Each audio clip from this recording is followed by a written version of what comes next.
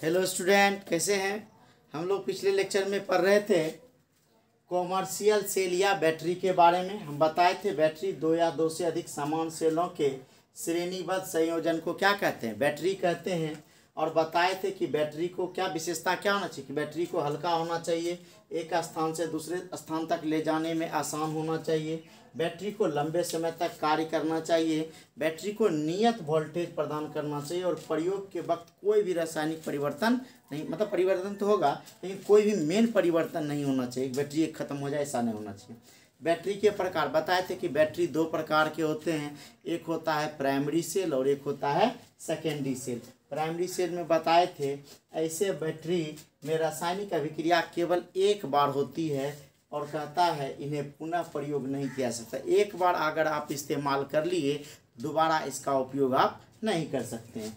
फिर बताए कि यह दो प्रकार का होता है, एक ड्राई सेल या लेक्लान सेल। तो हम लोग इसी को पढ़ रहे थे कि बताए थे कि यह एक सरल प्राइमरी सेल है, इसका प्रयोग सामान्यतः रेडियो, घड़ी इत्यादि में किया जाता है। इसमें जिंक का पात्र होता है जो एनोड का कार्य करता है और ब्रास कैप युक्त ग्रेफाइट का छड़ कैथोड का कार्य करता है जो कार्बन पाउडर तथा MnO2 से घिरा रहता है। ठीक है। और बताए थे कि यह एनोड और कैथोड के बीच NH4 और ZnCl2 का वेट पेस्ट भरा होता है और इसके बीच एक अस्तर होता है जो पोर्स पेपर से अस्तरित होता है और यह लवण सेतु का कार्य करता है। यहाँ तक हम लोग देखे थे। फटाक से इसका स्क्रीनशॉट एक बार ले लिया जाए सर, तब फिर हम लोग नेक्स्ट देखते हैं।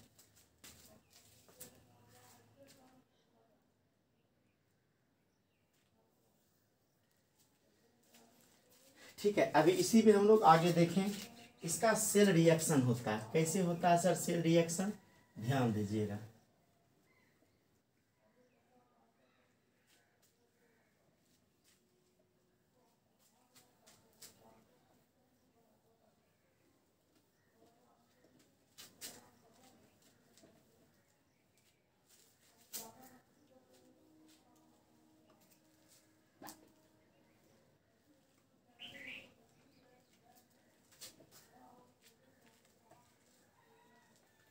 देखिए सेल रिएक्शन हम लोग देखेंगे तो सेल में दो तरह का रिएक्शन होगा, एक एनोड रिएक्शन होगा और दूसरा क्या होगा, कैथोड रिएक्शन होगा। तो हम लोग देखते हैं cell reaction. Cell reaction, cell reaction का मतलब हुआ सर सेल अभिक्रिया। तो सेल अभिक्रिया में क्या होगा, एक होगा एनोड रिएक्शन और एक होगा cathode reaction. Anode reaction, anode reaction और एक क्या हो जाएगा sir cathode reaction. Cathode reaction, तो एनोड रिएक्शन में क्या होता है, तो सीधा सा है कि जिंक का ऑक्सीकरण होता है। तो जिंक का ऑक्सीकरण होगा तो क्या होगा, इलेक्ट्रॉन का त्याग करेगा। तो यह कहता है यह Zn है और यह सॉलिड होता है, इससे किस में बदल जाएगा, Zn2+ में बदल जाएगा। ठीक है, और एक्वस प्लस 2 इलेक्ट्रॉन।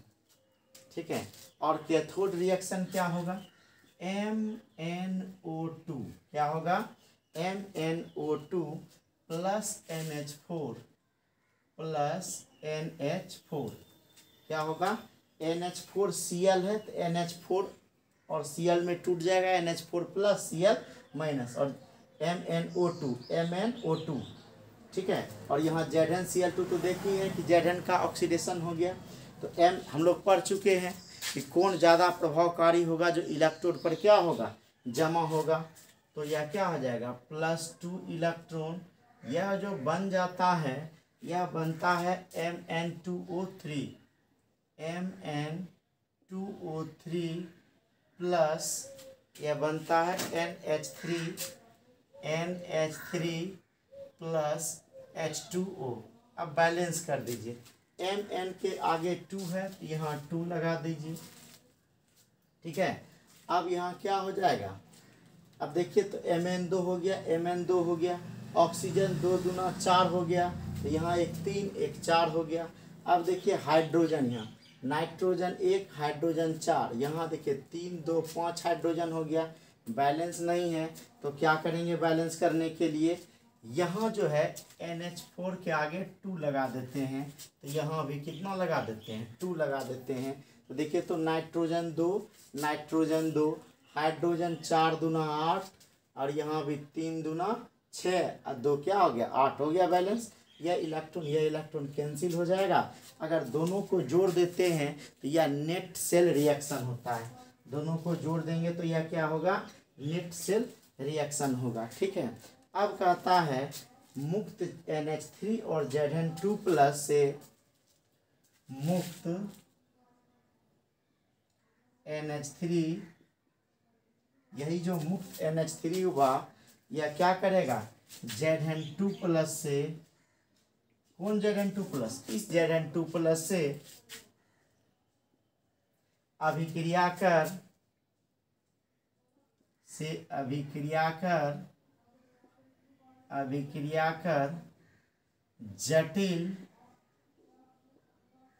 जटिल यौगिक का निर्माण करेगा। जटिल यौगिक का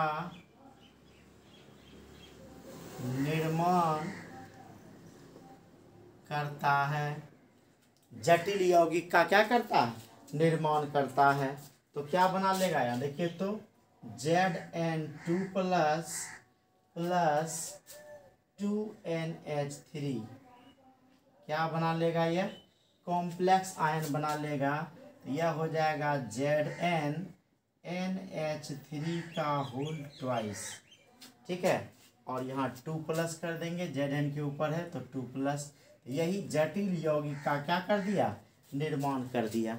ठीक है, अब कहता है मुक्त Zn2+ का सांद्रण धीरे धीरे क्या होते जाएगा, घटते जाएगा।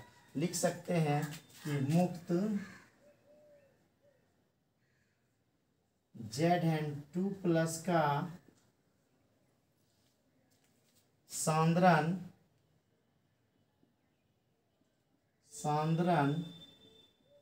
घटता है। मुक्त Zn2+ का सांद्रण घटता है, जिससे सेल का वोल्टेज घटता है। नहीं देखे होंगे आप लोग, टॉर्च को जब जलाते हैं तो धीरे धीरे टॉर्च का पावर क्या होता है, कमते जाता है ना। तो क्या होता है, यही Zn2+ का सांद्रण घटते जाएगा तो सेल का वोल्टेज भी धीरे धीरे क्या होगा। अच्छा याद रखिएगा, कोई भी बैटरी हम लोग 100% उपयोग में नहीं लाते हैं, ये दिमाग में बैठा लीजिएगा। क्योंकि बैटरी जितना हमको उपयोग में चाहिए, हम लोग का क्या होता है, उससे अगर थोड़ा सा कम वोल्टेज हुआ तो बैटरी को निकाल के फेंक देते हैं। लेकिन इसका मतलब ये नहीं हुआ कि बैटरी पूरा समाप्त हो गया, नहीं, बैटरी में सेल अभिक्रिया तब भी हो रही होती है। तो हम लोग किसी भी बैटरी का पूरा 100% यूज नहीं कर पाते हैं। तो मुक्त Zn2+ का सांद्रण घटता है, जिससे सेल का वोल्टेज क्या होता है, घटता है। इस सेल का वोल्टेज आप देखे होंगे कि घड़ी, रेडियो जिस भी में बैटरी लगता है उसका 1.5 वोल्ट होता है। इस सेल का वोल्टेज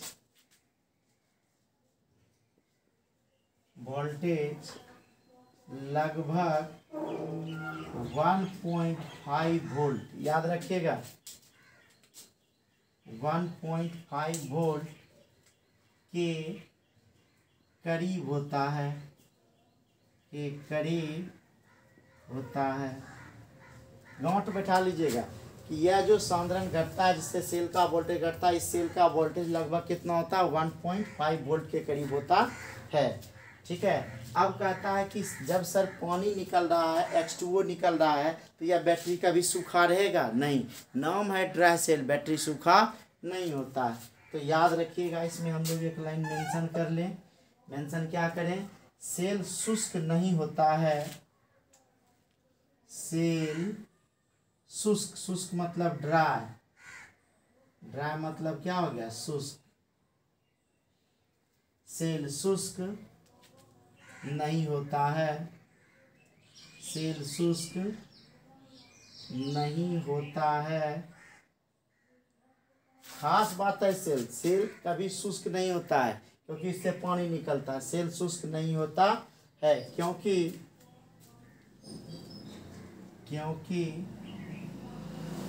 क्या होगा इसमें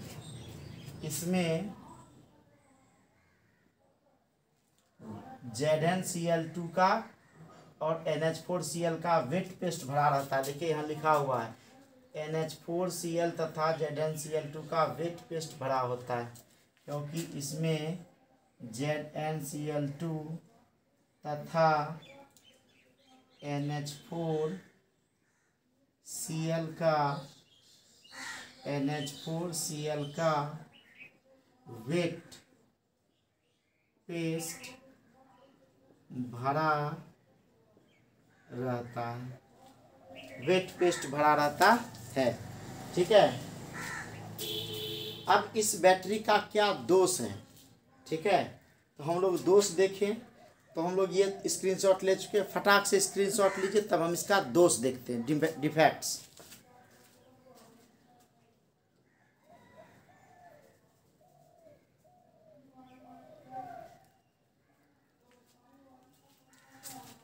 देखिए इस बैटरी का क्या दोष है ये हम लोग देखें।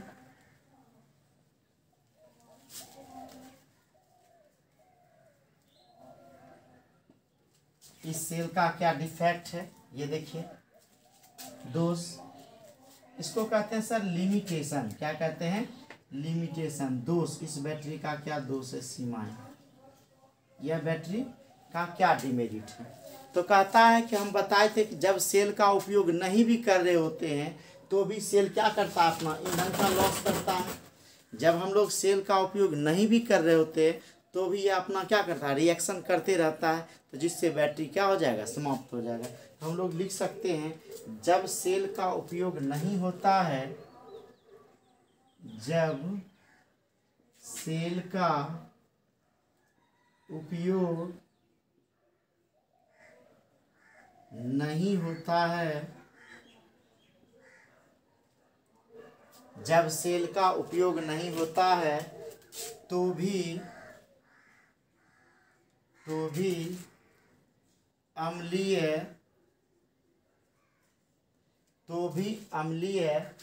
NH4Cl जिंक का संक्षारण करता है।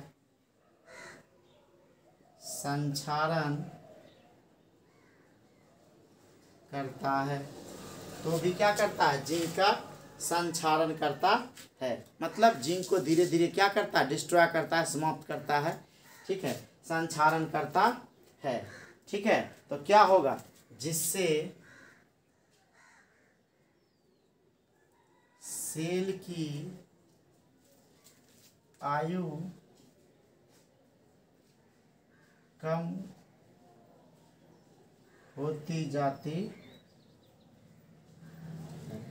जिससे सेल की आयु क्या होते जाएगा? धीरे धीरे घटते चला जाएगा और एक बार क्या हो जाएगा? समाप्त हो जाएगा। ठीक है, तो यह तो था हमारा क्या? यह हमारा था ड्राई सेल। फटाक से स्क्रीनशॉट लीजिए। अब हम लोग दूसरा देखेंगे, इसमें मरकरी सेल। इसको रिबन मेलोडी सेल भी कहा जाता है। ठीक है, फटाक से इसका स्क्रीनशॉट लीजिए।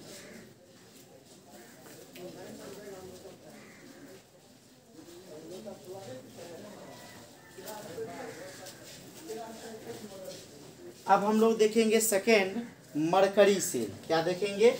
Mercury cell.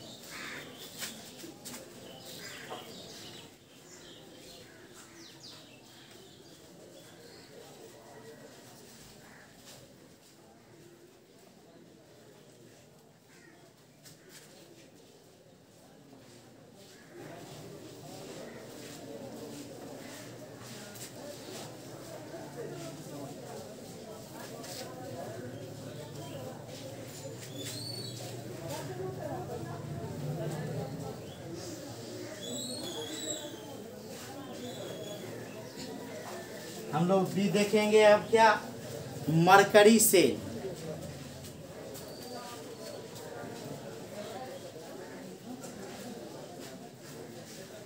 Mercury cell. Mercury मतलब Hg पारा। मरकरी सेल को ही रूबेन मेलोडी सेल भी कहा जाता है, रूबेन मेलोडी सेल। और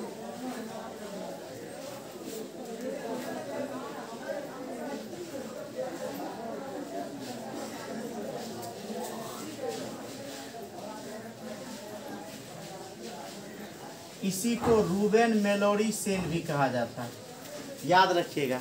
मरकरी सेल या इसी को रूबेन मेलोडी सेल भी कहा जाता है। मरकरी सेल को ही क्या कहा जाता है, रूबेन मेलोडी सेल भी कहा जाता है। अब रूबेन मेलोडी सेल कहा जाता है, यह कहता है स्थिर वोल्टेज एक समान आयु पर्यंत, जब तक यह बैटरी चलता है हमेशा एक समान वोल्टेज प्रदान करता है। मतलब आखिरी दिन जा कर के यह एकाएक बंद हो जाएगा। जैसे हाथ के घड़ी का बैटरी होता है नहीं, सिर्फ एक दिन देखिएगा चलते चलते एकाएक बंद हो जाएगा। मतलब जब तक चलता है यह एक समान स्थिर वोल्टेज प्रदान करते रहता है और एक साथ खत्म हो जाता है। तो हम लोग क्या बोल देंगे, यह अधिक स्थिर वोल्टेज, यह अधिक स्थिर या अधिक स्थिर वोल्टेज लगभग 1.35 वोल्ट प्रदान करता है।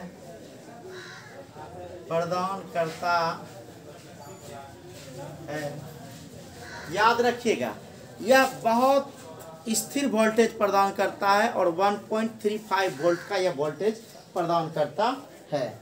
चूंकि यह महंगा होता है, चूंकि यह महंगा होता है, अतः इसका उपयोग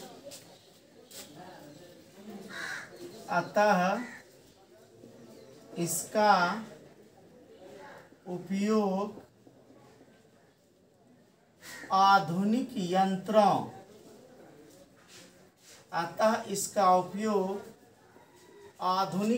यंत्रों जैसे हियरिंग एड्स, कान में जो जिस आदमी को आवाज़ कम सुनाई पड़ता है उसके कान में जो मशीन लगा रहता है उसमें दिया जाता है, ठीक है। महंगे घड़ियों में दिया जाता है, ठीक है। तो कैमरा में रहता है। तो कहता है कि चूंकि यह महंगा होता है अतः इसका उपयोग आधुनिक यंत्रों जैसे कैमरा, हियरिंग एड्स, श्रवण यंत्र, हिंदी क्या होता है, श्रवण यंत्र, सुनने वाला जो यंत्र होता है उसमें, ठीक है, घड़ी इत्यादि में होता है। आप कहिएगा सर घड़ी तो पहले भी लिखाए थे, तो वो दीवार वाला घड़ी होता है, वो हाथ वाला घड़ी होता है। तो इस बैटरी का जनरली यूज हाथ वाले घड़ी में होता है, दीवार वाले घड़ी में नहीं होता, ठीक है। अब कहता है यह आयु पर्यंत तक कम मात्रा का, यह आयु पर्यंत तक कम मात्रा का स्थिर वोल्टेज प्रदान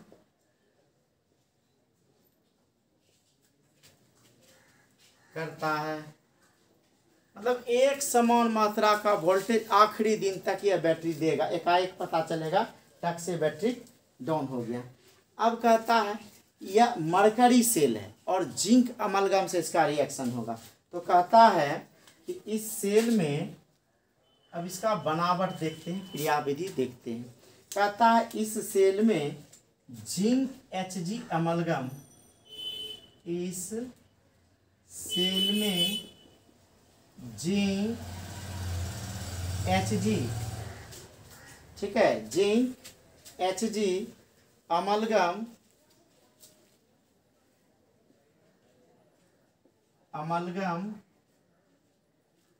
किसका कार्य करेगा? तो जिंक Hg अमलगम एनोड का कार्य करता है, एनोड का कार्य करता है।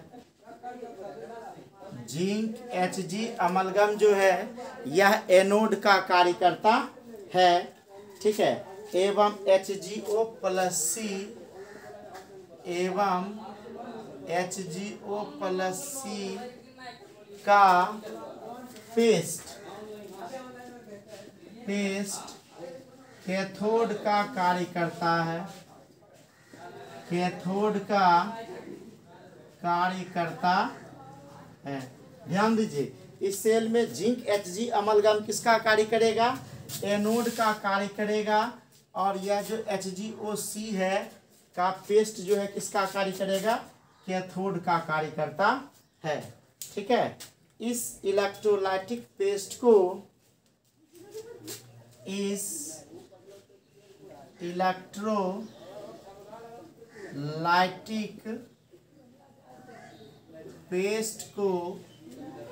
इलेक्ट्रोलाइटिक पेस्ट को इनर्ट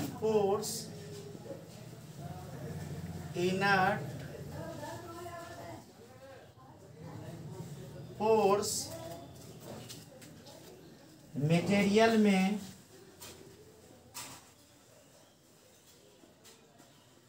रखा जाता है। आप देखे होंगे ये बैटरी ऐसा होता है, ध्यान दीजिए, देखे होंगे बैटरी इस तरह का होता है जो घड़ी सब में हम लोग यूज करते हैं ना, छोटा छोटा सा इसमें रहता है, इसलिए यह बैटरी होता है, ठीक है। और इसी बैटरी का जो है हम लोग क्या करते हैं, उपयोग करते हैं। मतलब इसको जो है, इसका जब देखिएगा तो यह अलग अलग लेयर होता है इसमें, जो अंदर में रिएक्शन वेक्शन होता है, या ज़्यादा अभी इलेक्ट्रॉनिक्स इंस्ट्रूमेंट में इस बैटरी का क्या किया जाता है, यूज किया जाता है। अब रिएक्शन देखें तो सबसे पहला हम लोग इलेक्ट्रोड रिएक्शन देखते हैं। इलेक्ट्रोड रिएक्शन, तो रिएक्शन क्या होगा, एक कैथोड रिएक्शन होगा और एक क्या होगा, एनोड रिएक्शन होगा। तो सबसे पहले हम लोग क्या देखेंगे, एनोड रिएक्शन देखेंगे, फिर क्या देखेंगे, कैथोड रिएक्शन देखेंगे। एनोड रिएक्शन देखेंगे और क्या देखेंगे, कैथोड रिएक्शन देखेंगे। एनोड रिएक्शन में क्या होता है,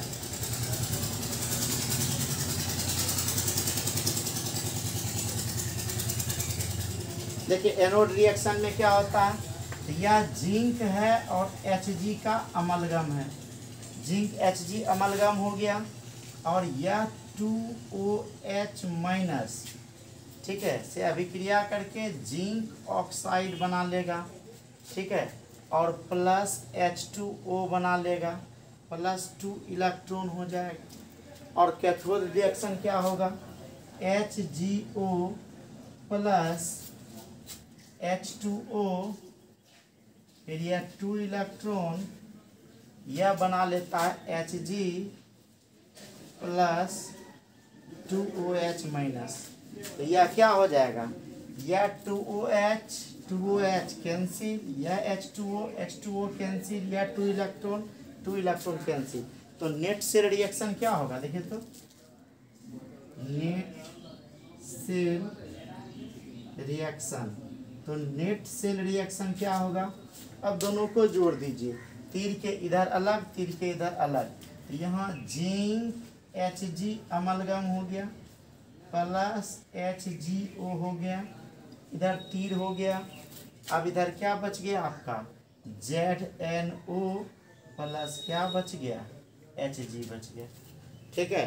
तो ये हमारा क्या था, तो यह था मरकरी सेल, ठीक है। तो याद रखिएगा इसमें कि हम लोग पढ़े थे प्राइमरी सेल। प्राइमरी सेल में याद रखना है कि प्राइमरी सेल को केवल एक ही बार उपयोग किया जा सकता है, इसको पुनः रिचार्ज नहीं किया जा सकता। और प्राइमरी सेल में क्या पढ़े, यह 2 प्रकार का होता है, ठीक है। तो एक हमारा जो यह मरकरी सेल था, और इसके पहले जो हम लोग पढ़े थे क्या था, ड्राई सेल था। ड्राई सेल स्थिर और एक समान वोल्टेज प्रदान करता है, यह 1.5 वोल्ट देता है। लेकिन यह जो वोल्ट देता है 1.35 वोल्ट देता है। यह महंगा होता है, इसका उपयोग महंगे यंत्रों में होता है, जैसे घड़ी में होता है, हाथ वाला घड़ी, जैसे हियरिंग एड्स श्रवण यंत्र में होता है, कैमरा में होता है, और भी इलेक्ट्रॉनिक्स इंस्ट्रूमेंट में होता है। और वो सस्ता वाला होता है ड्राई सेल, रेडियो में, घड़ी में, ठीक है, मोटा वाला जो बैटरी निप्पो सब का आता है उसमें उपयोग होता है। आई होप कि आपको समझ में आया होगा। नेक्स्ट क्लास में हम लोग देखेंगे सेकेंडरी सेल, ठीक है। तो चलिए इतना तैयार कर लीजिए, स्क्रीनशॉट ले लीजिए। Thank you.